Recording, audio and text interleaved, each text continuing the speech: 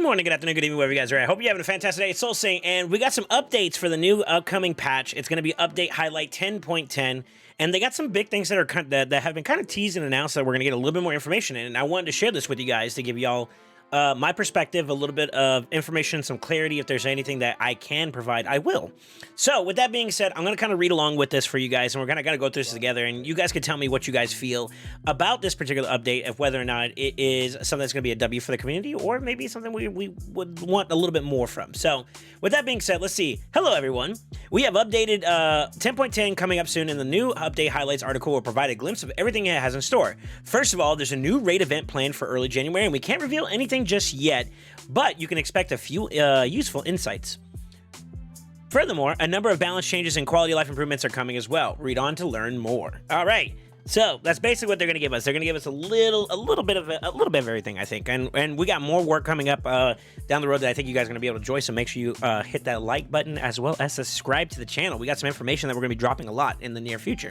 So they got a new raid event. It's going to be a major event. Will launch at the beginning of January, and it will include various activities like smaller events and tournaments.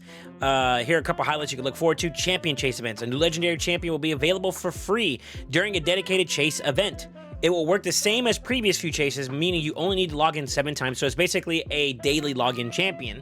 But more logins will yield additional rewards and unlock the second phase of the event, where you can claim split souls to increase his champion awakening level to 5. That's right, not 1, not 2, not 3, not 4, but a stinking 5, bro. You're almost there. And you guys already know, we got the event dungeon. If you haven't seen my previous video, we talked about that. They're going to be opening up. It's going to be bringing back Pinpoint, which is going to be a very fantastic set to farm. If you haven't already considered stockpiling and preparing for it, I would say get to it now. Let's see here. The event will also feature a couple unique relics, one of which will be available via the event dungeon tournament. A new relic group event will be added, along with crafting materials required to create them in the forge. Keep your eyes peeled and watch official raid social media for more news. Now to the big boat, because so far everything we've heard has been pretty standard. They got a market rework. In the market, your bastion will become a hub where all the traders across various game modes can gather. Access by tapping on the regular building, and you can see tabs for the market itself, token trader, clan shop, bazaar, soul merchant, and mystic market available within. On top of that, there will be more changes to the market. First, you'll be able to find rank 6 gear in it. Second, some of the existing sets you're used to obtaining in the dungeons will become available in the market. Third, it will start featuring epic and legendary gear more often. And the more you progress, the better your artifacts you'll get access to. At some point, you may even stop receiving common and uncommon gear among the market offers. Champion rating reset. We designed champion ratings to efficiently reflect how you evaluate particular champion's performance in different areas and game modes. To maintain the relevance and accuracy of this parameter, especially in light of the regular addition of new champions, rebalancing of the existing ones, and in-game meta shifts, we're applying the champion's rating reset in the 10.10 update.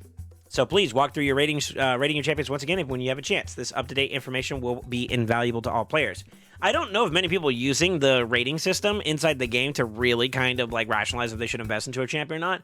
They use like external outlets, like me as a content creator, or other content creators, websites like how Hades and some of the other ones. So I'm not sure if maybe people would refer to this one as more intrinsically now that they're going to be doing a reset function. I'd be curious. You guys let me know if you ever refer to the champion rating in-game as a reason to invest into a champion. I personally haven't. Balance updates. So they did do about this. We did a live discussion on this on one of my streams about Skullord Vargal. TLDR, basically, some of his stuff is going to be irresistible if there's at least another lizard on the team. So it's kind of like a Unity-style approach to it, but not exactly. And then also some additional things where, like True Fear being added to it, and the heal reduction being guaranteed. Stuff like that. Kind of like making it a little bit more plausible. Same thing with a random ally from the lizard faction being able to get revived from his passive. It's not just going to be Skull Sworns. It's going to be any lizard. So, like, if you had a Teox and the Teox got bopped, the Teox will come back to life at the end of, at the start of Skullord's turns, which is kind of cool. Tramaria also getting a pretty decent buff. She's getting some immunity to a lot of things in terms of debuffs from her passive, which I think is the big bulk of it. And then you also have a turn meter reduction on her A2. And then, of course, a little bit of an enhancement on an already existing Fear with 50% instead of it being 20%. So I think it's going to be pretty underrated. She's going to get a block debuff, too, which is going to be fillable for 2-turn duration on her A3. Pretty solid, though. So, like, we kind of discussed those already. I think they're both pretty good. I feel like they're not over the top powerful what do you call it, buffs to these champions, but they are solid nevertheless to give maybe a little bit more relevance in lieu of some of the champions we've gotten recently. Like Tramaria, I feel like would be a great matchup into an Odin, for example, because she's now immune to stuns, and then she also has the ability to cleanse as a byproduct, so maybe it goes second strategy. You know, like, you got some synergies there, as well as being able to be a little bit more oppressive with decreased speed, fear, etc. Not bad. Not bad. All right, new champions. So this is something we haven't talked about, and it's going to be a part of this video's bulk right here. We got new champions. It's going to be an epic Dawn Caller Sabitha. Yeah, I think it's Sabitha. It's going to be a Void Epic support champion from the Knights Rev. Attacks one enemy, heals the ally with the lowest HP by 10% of this champion's max HP. It's an A1. Damage increases for each book. Fortifying Ray, her A2. Places an increased defense and a increased attack buff on all allies for 2 turns. Bookable down to a 3-turn cooldown. And then a 3 Shimmer Life. Revive an ally with 25% HP and 100% turn meter. Also places block damage on that ally for 2 turns. This is a 4-turn cooldown when fully booked. Not bad. Not bad. That's 100% turn meter with the revive is not too bad. Passive, Rising Fate. Whenever this champion revives an ally, decreases the cooldown of one of this champion's skills by 1 turn. That's not bad either. And then, of course, the aura increases ally in all battles by 25% the HP. Decent for an epic. And to be honest with you, Knights Rev, you only had like maybe 1 or 2 revivers in there. I think it was like Rector, I want to say. And the last big one that they brought in was, let me see if I can find him, Malkuth, I believe. Yeah, the revive there with two random allies. And now this one's a targeted one. So a little extra survivability, a little extra support for the Knights Rev, especially if you're doing Faction Wars early on. Like, revive could be valuable because you're trying to get the stars. You want everybody to make it through. Could be pretty valuable. I think that's pretty decent. Not too bad. We have Losan Kaleth, or Kaleth. I'm going to call it Losan. It's a legendary force defense-type champion from the Knights Rev. Another Knights Rev. They're getting some love. A Tropic Axe attacks one enemy, has an 80% chance of placing 25% weakened debuff for 2 turns. This debuff cannot be resisted if the target has attacked this champion before this turn. Nice. It's bookable up to 100% chance with a 20% increase in damage when fully booked. Spirit Calculus, the A2. The HP levels of all allies will be brought up to the level of the ally with the highest HP. So HP balance. The target meter levels of all allies will be brought up to the level of the ally with the highest turn meter. Huh? The HP levels of all enemies will be brought down to the level of the enemy with the lowest HP. The turn meter levels of all enemies will be brought down to the level of the enemy with the lowest turn meter. Then places a taunt buff on this champion for 2 turns. It's on a 7-turn cooldown, bookable down to a 5-turn cooldown. That is a bloated ability. So HP balance for your team, positively, is kind of like a heal. Turn meter boost in the sense of a turn meter balance with the person with the highest turn meter, so like speed racing capability-wise. If you can inject this person in, you have someone that's like really, really close to going next, you can boost them all. You can boost your entire team up. Did I read that right? Of all allies. And then on the flip side of that, if someone on the enemy team got really low, but they're not fully dead, and the rest of the enemy team is like pretty healthy, it brings all their HP down to the level of the lowest, and then the same thing with the turn meter. That is absolutely nuts for an ability. And then you're prohibiting the enemies from being able to target your team by having taunts, so it has to go through Lasam before it touches anybody else. Now, keep in mind, AoEs don't care about taunt as much. It will target him initially, but it's going to hit everybody in relation to its ability. This is a Knights Revenue Unity champion. Oh, okay, that changes things. All right. Finality Disc. This is going to be his A3. Attacks one enemy before attacking, transfers all debuffs from this champion to the target, and then heals this champion by 10% of their maximum HP. Heals an additional 10% of their max HP for each debuff transfer. This is good because he's going to be taunting, so he's going to be under that signal of people going to have to go through him first, remember? So that's going to be interesting. We'll always use this skill instead of the debuff skill when counterattacking. So basically, whenever he counterattacks, he's always going to be using this ability, which is transferring debuffs as well as healing himself consistently. That's pretty good. That's not bad. All right, let's see what the Unity bonuses are going to be. Before attacking, removes all buffs from the target enemy. That's really good buff removal. This cannot be resisted if the target has attacked this champion before this turn. Interesting. with 2 faction allies, will attack all remaining enemies with less than 30% HP. Okay. This attack will ignore 100% of the target's defense and cannot be critical. Okay. Let's see here. With 3 faction allies, it's going to deal 100% more damage to enemies who have attacked this champion before this turn. That sounds very, very scary for an ability. I'm not going to lie. 100% ignored, 100% more damage, and then you got books on top of that, which gives you 20% more damage, and then a cooldown reduction, which is a 3-turn cooldown reduction. So I believe this is his passive? No, this is A3. It has an active passive in the background, therefore. Okay. So the 100% more damage scaling is going to be reduced, I believe, by 1 from the book, as well as the ability itself, if I'm seeing this correctly. Okay, interesting. All right. So basically, the more champions you have on your team that are going to be Knights Rev oriented, the more this guy's coming. He actually becomes scary. So not only are you transferring all debuffs to the enemy, you're also going to remove buffs from the target enemy, and it can't be resisted if he's been hit by this champion before. And then on top of that, too, will attack all remaining enemies with less than 30% HP, which is interesting because he has the ability that brings everybody's HP levels down to the lowest. That's actually really cool synergy. I could see it. I could see it. This skill deals 100% more damage to people who also attack, so he also has a scaling factor into it. So if you hit him, he's going to come back in retaliation, and it's going to be really, really scary. Now, we have to see some multipliers to see how justifiable that's going to be, but I think that right now on paper sounds very interesting. I won't lie. I will say we do live in a meta that doesn't seem to positively reflect upon Go Second teams as astronomically as a Go First team would be. But nevertheless, though, if you are playing that hunker down strategy and you're trying to survive and you got that value, this could turn into something very dangerous very quickly. You know what I mean? So, very cool. All right, speaking of passes, we have the representation. Every time this champion loses 25% or more from a single hit, places a block damage buff on this champion for 1 turn. Nice. Knight's Revenant Unity bonus with 1 additional Knight's Rev besides him in play. When attacked, has a 50% chance of placing a True Fear debuff on the attacker for 1 turn. This debuff cannot be resisted. Ignore defense effects against this champion are decreased by 100%. So, okay. And then with 3 people, besides himself being a Knight's Revenant champion, when attacked, has a 20% chance of activating an instant turn effect on this champion. Occurs once per skill. Wow.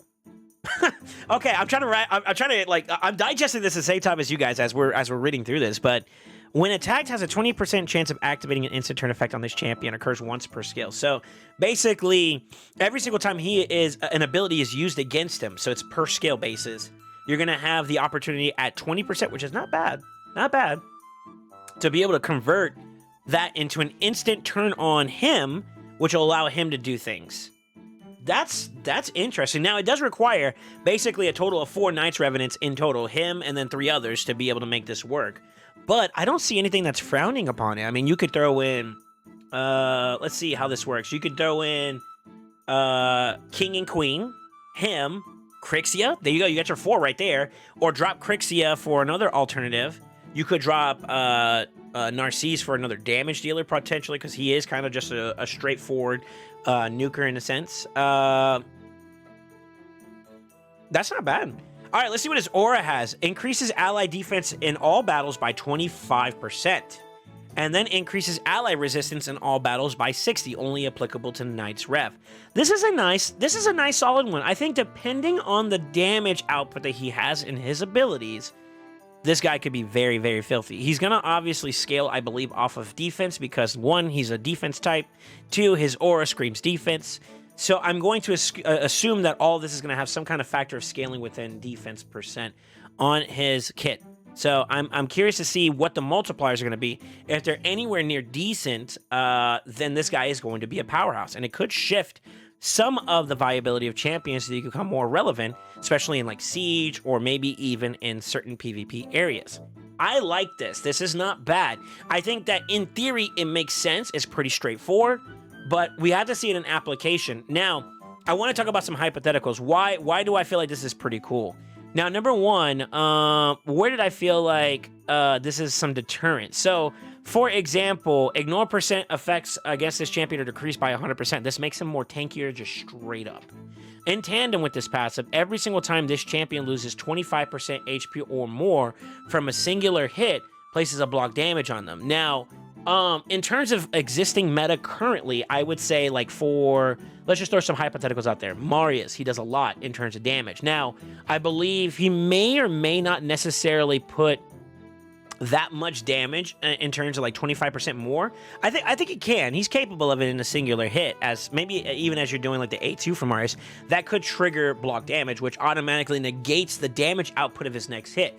Now, he'll reduce the turn timer on the block damage, ultimately removing it, but then the damage itself was negated because as he's hitting to remove it, it's zeroed out, right? So that's a good way to maybe deter a lot of the value of what he would get in a singular hit. So like the first one would take, okay, let's play this out. I have Stone Skin on this guy, Lasan, and then I was able to get hit by a Marius that the first hit doesn't do any damage because it's removing the Stone Skin. The second hit does achieve 25%, which puts the block damage. The third hit would remove the block damage, but ultimately zeroing out. So he only got one of his 3 hits on his A2 to actually go through and do tangible damage. Now, the kicker on this is that it's only him that gets the block damage, so it's only to keep him going. I could see some interesting play on that if it plays out the way I think it is.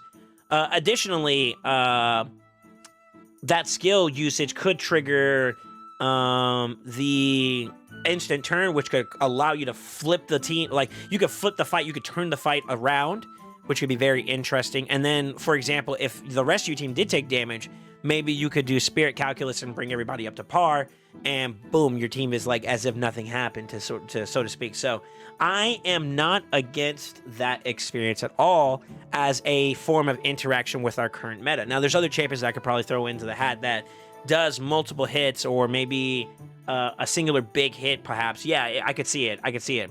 I wonder if something would be able to 100% fatal kill him. Would it trigger in response to that? I don't think it does. It doesn't sound like it prevents the hit. He would just die before the passive would trigger. I believe that's how that would work, but I'm not entirely sure. So we'll have to see this in action to kind of know for sure. And I think that's pretty cool. I think that's going to be the end of this, though. What do you guys think about these updates? I think it's been pretty smooth, pretty small. We've already kind of got like a little bit of tidbits along the way about some of these things and what's next in Raid, as well as some announcements that you got from content creators like myself. But I do feel like it's good to kind of get like more clarity now, and also to know that it's coming live very, very soon. So very excited for it. I'm excited for the market rework. I'm excited for the event dungeon finally coming out so we can get to farming. I got a lot of energy to give, so... also, the same thing with new champions in play. You know, we got a fusion that's going to be coming along. We already have a fusion warm-up. I believe that is in game as of this time, which means that we have something very, very soon coming in play. Yeah, we do. And you'll be able to experience all this. So we got a lot of activity coming up in the world of Teleria, and I'm excited to see what's going to happen as a byproduct of it. So you guys let me know in the comments. Are you excited? Is this going to be a W update? I think I'm kind of leaning towards like a kind of yeah. Kind of a yeah. Not fully like a, oh my god, this is the best thing ever, but not too bad. Not too bad. Now, I did glance over this a little bit, and I want to talk about the balance updates here. Let's see. We have a few changes also coming up. Lethal Dose and Incinerate are going to be working in Siege, which is something that we didn't know that... Well, we did know after the fact, but we were under the insinuation that it was working, and it actually wasn't. Berserk will be added to the list of debuffs that bosses are immune to by default. I guess maybe that kind of went through on some people and making it easier for us to do some damage. Potentially, I'm not entirely sure. Some Doom Tower stages will be rebalanced due to the upcoming changes to Skull or Vargal. Waves that contain more than one instance of the champion will be changed to feature other lizard champions instead, kind of balancing it out so that it's not too oppressive or something like that for players as they're coming into this content. I'm okay with that. That's fine. That's fine. Anyways, what you guys think about this update? I think this update is a somewhat W overall. I'm excited. I like the concept of the new Unity champion, which is kind of exciting. I've been waiting to... Knights Rev, I feel like I got some sauce on, so I'm kind of excited to see what we can bring out of that faction, and that faction Unity champion might be able to do that and bring it to life. So very, very curious to see what we're going to get from it, you know what I mean? Anyways, don't forget to like, comment, subscribe. Let us know how you feel about this new update. And as always remember, stay ascended.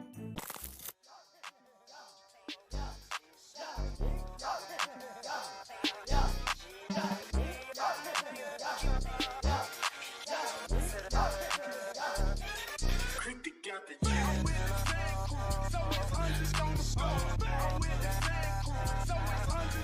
Bye.